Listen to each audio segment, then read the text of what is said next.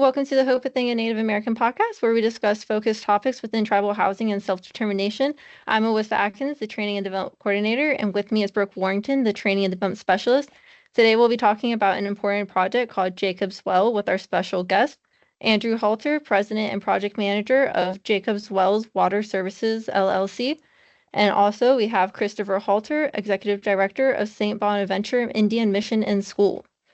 Before we get started today, we're just going to go ahead and ask you both to introduce yourselves and tell our viewers just a little bit about yourself. All right. Well, I'm Drew Halter.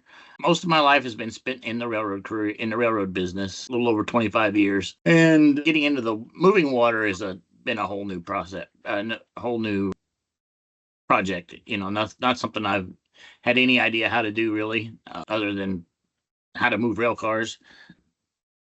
But I've been doing this for railroad business for 25 years. Been doing this for going on 3 years.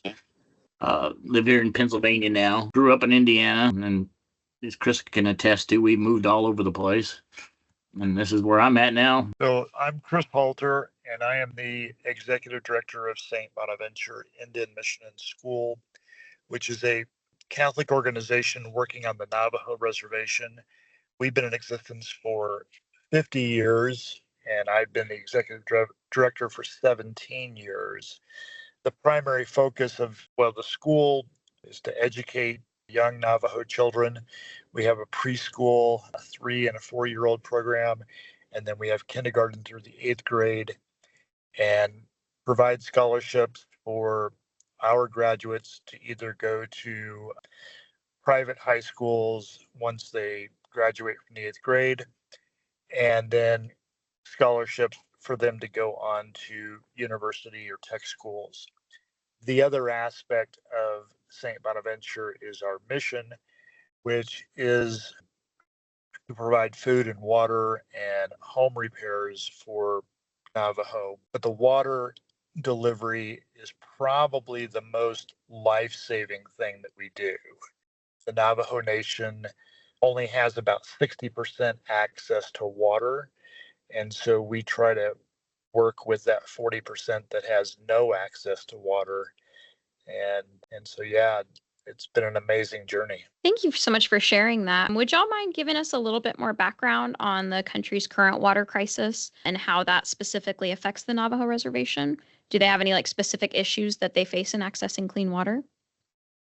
Well, I think, let me speak primarily for the Navajo situation. So basically, it's a lack of infrastructure that has been lacking for over 100 years, I would say. And then the other part of the water problem on Navajo is a lot of uranium and mercury contamination for places that there is water. And so right now we work with about 250 families that have zero access to water, which entails us having 3 working water trucks that carry 4,000 gallons of water. And we deliver that to these 250 families, which get about 1,200 gallons of water per month. So the interesting thing to think about is that most of the United States consumes about 125 gallons of water a day. And on Navajo, for the families that we serve, they're getting about 40 gallons of water per day. So it's amazing the difference. And then it's part of the whole Southwest is that there's been drought for many, many years now. The water tables on the Navajo Reservation are extremely deep. I mean, Texas, Pennsylvania, Florida, you can probably drill a well at 25, 30 feet and get fantastic water. Navajo, you're having to go 2,500 to 4,000 feet to access a water vein, and they're very hard to find. Yeah, and as far as the rest of the country, Chris was saying, the droughts in the West have affected the aquifers, and the aquifer that the Navajo sit on starts in Kansas and works its way through Colorado on down into Arizona, New Mexico, and then into Mexico itself. And with all of the heavy use from agriculture and mining and other, like some of the paper plants and stuff, they just suck up so much water. And as the water because it kind of flows like a river from Kansas down to New Mexico, but it's all underground, and all that water on the front end is getting used up faster than they can get it on their end. So that's affecting not just the Navajo reservation, but a lot of the people in the Southwest.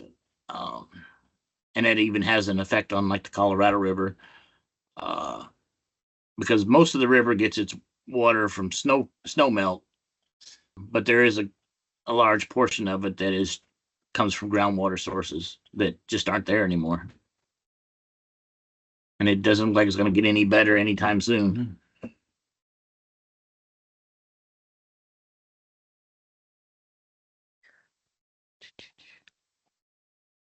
Thank you very much for answering the question.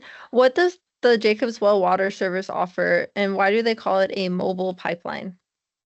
Okay, what we do is we use 20,000 gallon tank, or actually 30,000 gallon tank cars, but they can only hold 20,000 gallons of water. So we offer a bulk water service. And we call it like a mobile pipeline because we can move multiple cars together in the right situation. We can move 2 million gallons, which would be 100 rail cars. So it would be kind of like a pipeline. It's a pipeline that doesn't have to be put in the ground permanently. It's mobile. It can be moved around. So basically, that's what we do, is just bulk water delivery services. Like for right now, we deliver it from Mississippi or Missouri, and it gets delivered to Chris in a tank car, and we're reloaded on our end, and on his end, they load it into their water trucks for delivery. Okay, so kind of taking that underground pipeline and bringing it up and carrying it through railroad tracks instead of through, you know, like, forgive me, my only association would be like the pipes you see in like the Mario game. Yeah, So- it's similar. No, and it's similar to that. It's just we're just taking advantage of infrastructure that's already there, using the railroads. Oil companies do it now. There's long oil trains that move across the West all the time, basically the same way.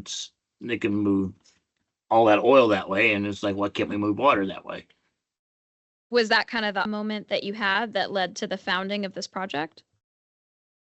Not really. The real moment was Chris and I had talked about this off and on for years, but the real moment was I was going to work one day back in 2021, and like a clap of thunder, it hit me. I was like, I know what I got to do. I was like, I'm pretty sure God told me this is what you need to do, because as soon as I got to work, I made a couple phone calls, and I was able to locate a water source, rail cars, everything started to fall into place almost immediately. So that was really the moment. And I called Chris and I said, I think we can do this. And he's like, well, we'll give it a try and see what happens. And so here we are. Well, speaking of Chris, how has the St. Bonaventure Indian Mission and School located on the Navajo Reservation long been serving the reservation, especially in relation to their water needs? So, so at St. Bonaventure, like I said, we provide water for about 250 families. I have always recognized that there's this lack of water. And I think the thing that keeps me up at night is, what happens if the water vein that we're drawing water from goes dry someday? What if there's an earthquake that changes the movement of that water? What would these families do?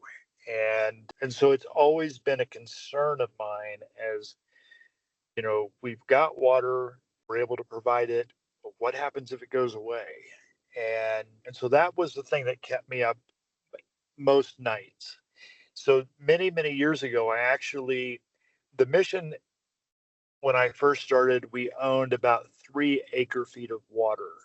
And I'm not sure how that translates, but it's like 250,000 gallons of water per acre foot, and that you're legally allowed to draw from. So we had 3 acre feet of water. And obviously that entails if there is water that's accessible. And so about 15 years ago, I bought another 13 and a half acre feet of water for the mission so that we could always find some access point for the Navajo to have water. Water rights are very interesting. When I first purchased the water rights, they were about $20,000 an acre foot. Today, a water right goes for almost $300,000 an acre foot.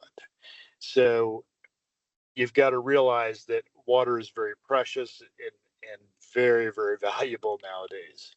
So it was a great investment on my part.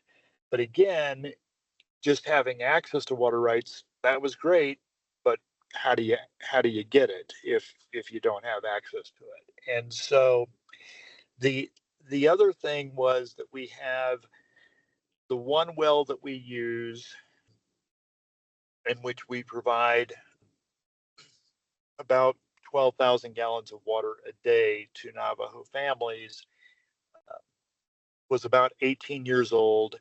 The well was, it needed to be refurbished. And so in my mind, I'm thinking, okay, we've got to refurbish this well and put in new pumps and a new tank for storage. What happens when we have to shut that down? Because obviously that's a 3 or 4 month long project, and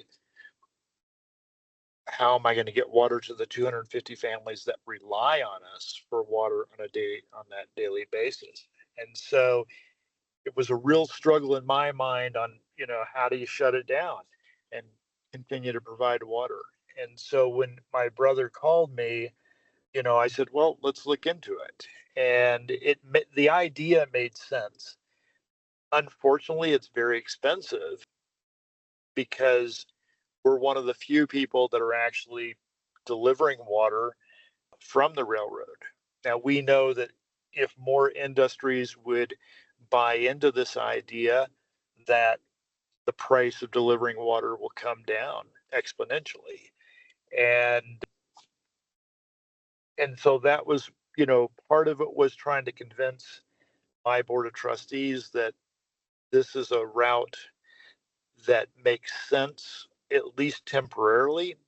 But I also saw it as a way of, it could be a long-term solution.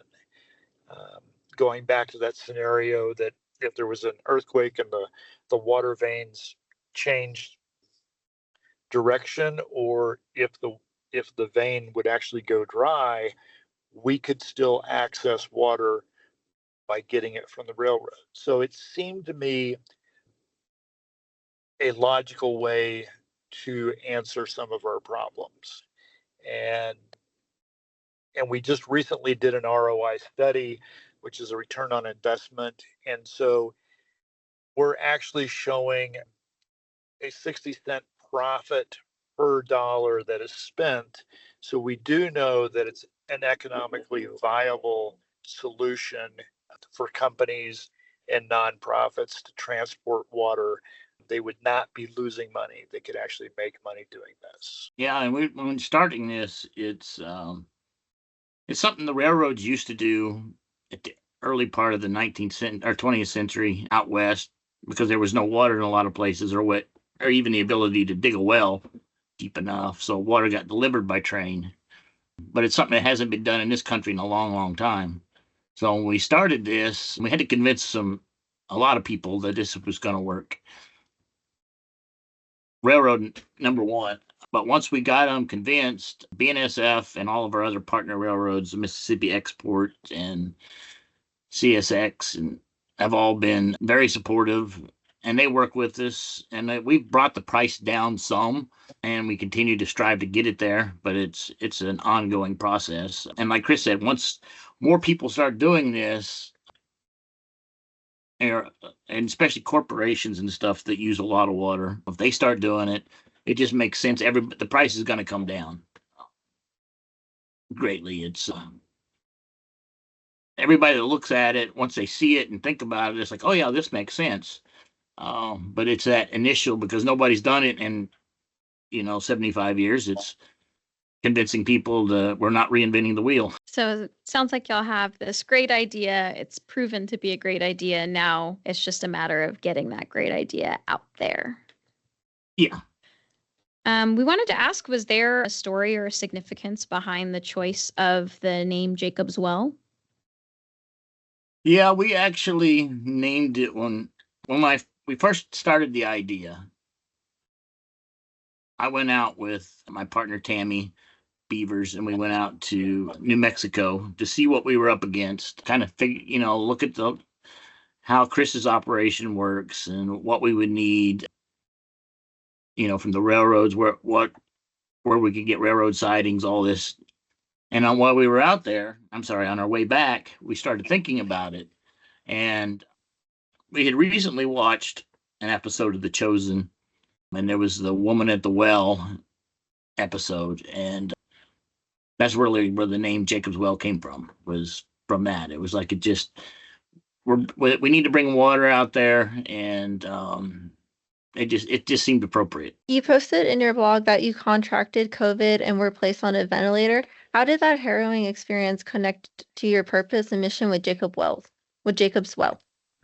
For one thing, it slowed things down, but it made me more focused, because when I went into the hospital and went on the ventilator, they called family and said that they're going to put me on a ventilator. I'm probably not going to survive. But when I woke up and here I was, it was like,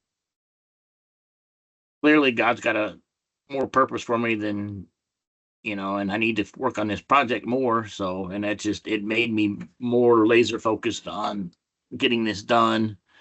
And it also helped me get better, because once I come home, I was on oxygen for a year, physical therapy for 18 months. And for the first 4 to 6 weeks or so, I was pretty much in bed. I couldn't really do a whole lot. So working on this and getting things going gave me a purpose and kept me going. So that, like, COVID just really helped me focus on this and make it even more important. Thank you for sharing your experience and what that was like for you. I know that couldn't have been easy, and I appreciate that. Yeah, it was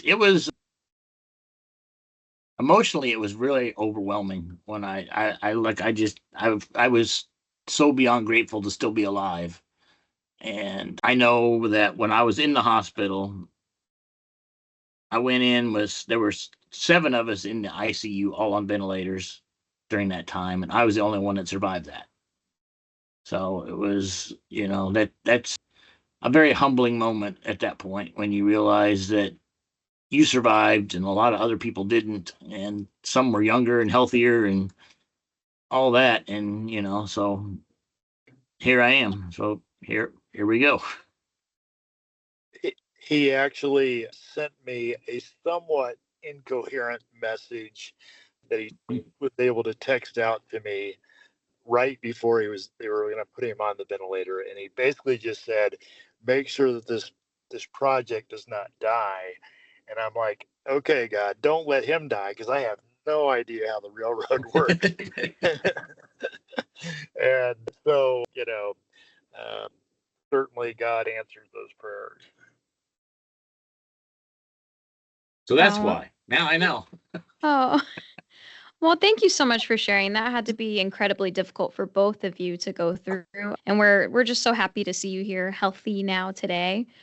So you mentioned that this did kind of put a roadblock in between y'all and like that first water shipment. Were there any other challenges that you faced trying to get that first water shipment going, and any lessons that you learned getting over those hurdles?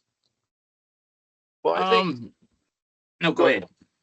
Well, I was going to say that, to make this work, we had to figure out chlorine levels. And I wanted to make sure that the chlorine levels would stay constant from the time that we pull the water from either Mississippi or Missouri and get it to New Mexico, realizing that water's slushing around and it's sitting in these tanker cars for a couple of days. And so we really wanted to make sure that all of the chlorine levels and that the healthiness of the water would remain constant. And so, you know, the first couple of tanker cars that we got, we had to test them, throughout the journey. We continue to test the water even to today, just because you're providing a service for people, and you want to make sure that there's no bacterias or viruses growing in the water. And so we have found that it has remained stable. I would say maybe 1 out of every 100 cars might have some rust issues or some change in the coloring of it. And so it was very important for me to figure out, to make sure that the water is going to be good throughout the entire journey. And we were able to prove that it was a workable solution. The other challenge was, trying to convince my staff that this was a workable solution, and that the Navajo people would also buy into the fact that their water is coming from another location. And so, there were some hurdles there, but I think that the Navajo that we serve have bought into the idea. They realize that it's a solution, and that the water quality is just as good as they would get from the ground.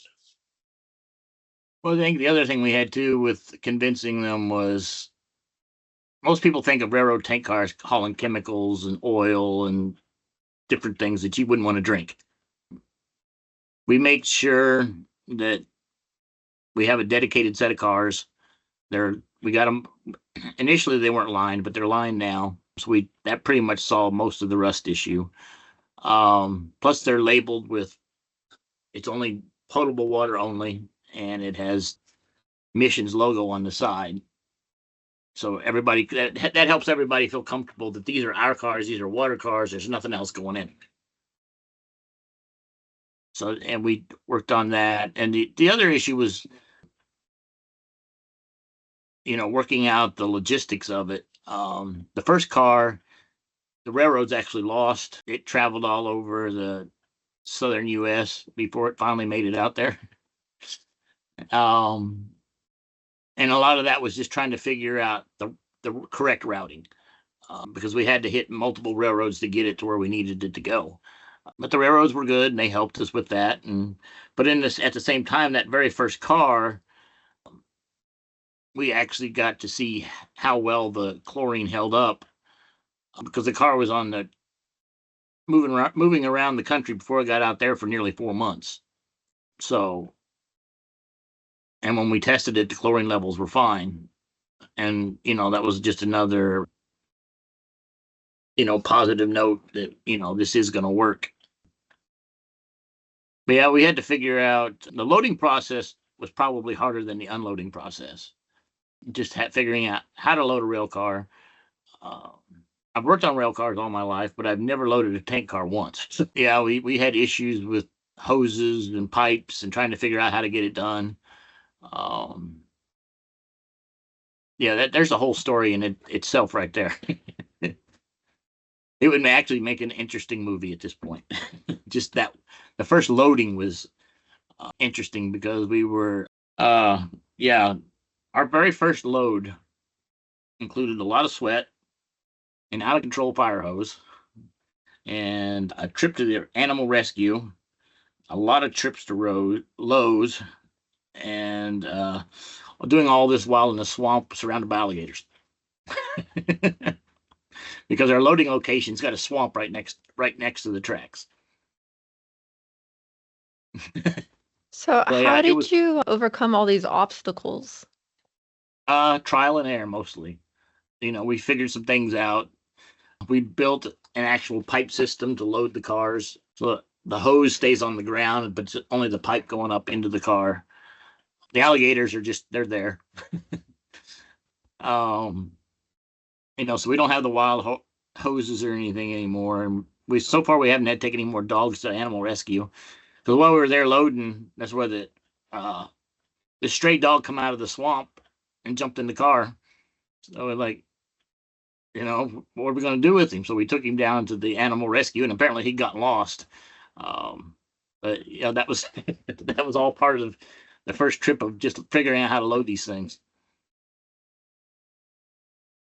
I'm so glad that y'all got the dog before an alligator did. Oh my God. Oh, that poor baby. I was wondering, you mentioned animal rescue. I was like, oh no, how did that fit in? Yeah.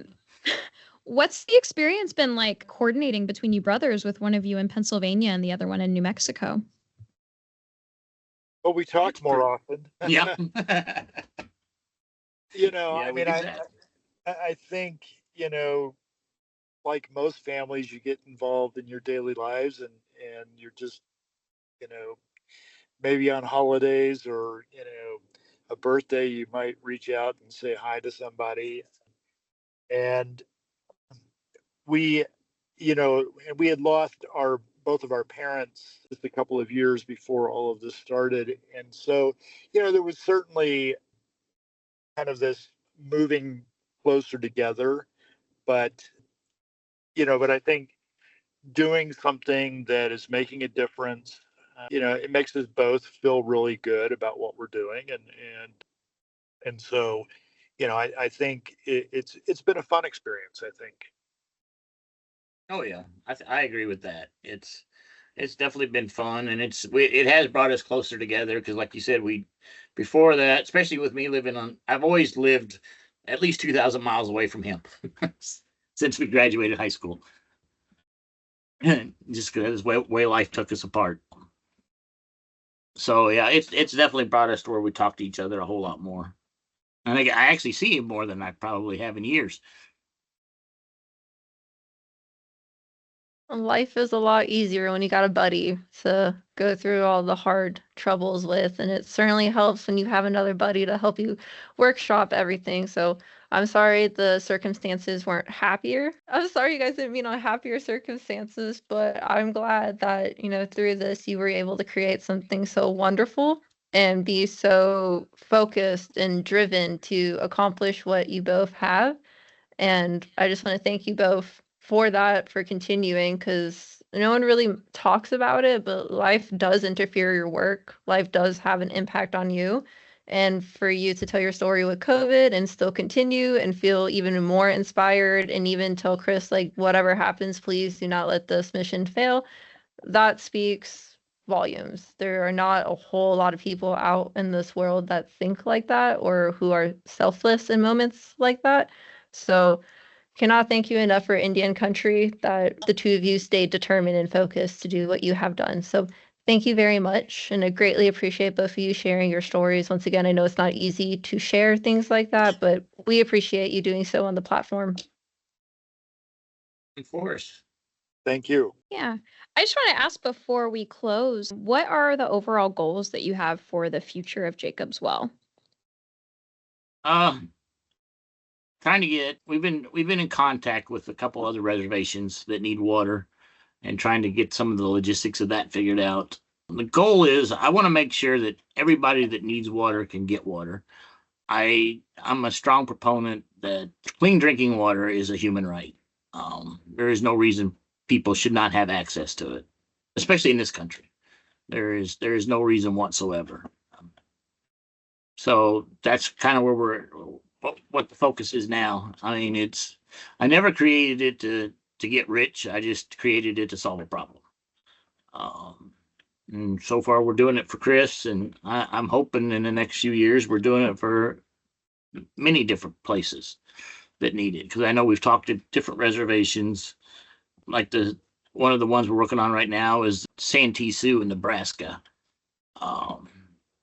They have their water's contaminated with manganese, and they need a new water source. So there's lots of needs out there. It's just a matter of figuring out how to get them all solved. So that's my goal at this point. Speaking of, so any of our listeners in Indian country, if they wanted to go about seeking the services of Jacob's Well, how could they get in contact with you to connect with their reservation? They can call me, email me, and go to the website. And also the other thing what I found is, because I get a lot of calls from just the citizens on the reservations, but it's their political organization, whether it's their The tribal leaders. the tribal leaders, councils, they need to reach out to, because that's, in the end, that's how it's going to get done. Because it's hard to deliver a tank car of water to somebody's house, but if we can work within the organization, we can make that happen. Okay. And if they wanted to, if somebody's listening to this episode and they want to know how they could go about donating to help, is it going to be the same contact information? Probably Chris for that. Yeah, that would have to go through stbonaventuremission.org, and they can make donations there and just specify that you want it for the water project. Yeah, and I do want to say we're actually in the process of turning Jacob's Well into a nonprofit. So eventually in the future here, they can donate for that as well. It was something we initially always wanted to do, but the nonprofit process is a lot harder than the LLC process. So to get things up and running, an LLC was the quickest and most efficient way to do it. So hopefully before the end of the year, we're a actual nonprofit. Wonderful. Well, we'll be sure to include all of those links and the contact information within our episode description for anyone who wants to follow up on that. Do you gentlemen have any parting words before we close? Well, I just want to say thank you for, putting a light on this issue and what we're trying to do in some small way. But as I said earlier, I do believe that if more people buy into this, it's a very workable solution. And I do think, right now we're showing that it's economically profitable for people to do it. And I think on the business sector, that's going to be the most important thing that it speaks to, but on the humanitarian side, it's an easy solution. We've worked out the bugs and the kinks in it, and it's very doable. Yeah. Like you said, thank you for bringing this, putting a spotlight on this, and it's, we're kind of an out there in left field solution to a problem, because a lot of people just don't think about a water source away from where they're at. So we basically we're a new water source for pretty much anybody in the country that needs one. And it's just, I'm really pleased that you guys are taking the time to do this, and hopefully the word gets out, and the more people that know about it, the better off we're all going to be. That's absolutely our pleasure. The more people that know it exists, the more people who can help and who can get help from it. It's all better for Indian country, and that's what we're here for. But thank you both, gentlemen, for coming on with us today. We really appreciate your time, and we really appreciate the work that you're doing. And that brings us to the end of the episode. As always, thanks for listening to the Hoporenkv Native American podcast. If you enjoy our show, please rate and review us on Apple Podcasts, Spotify, Google Podcasts. Please also visit our website, nativelearningcenter.com, to find information on upcoming webinars and trainings. Feel free to contact our website with any episode ideas that y'all would be interested in us exploring. And until then, this is Brooke and Awista, and we hope to connect with you again real soon. Be sure to come back for more content.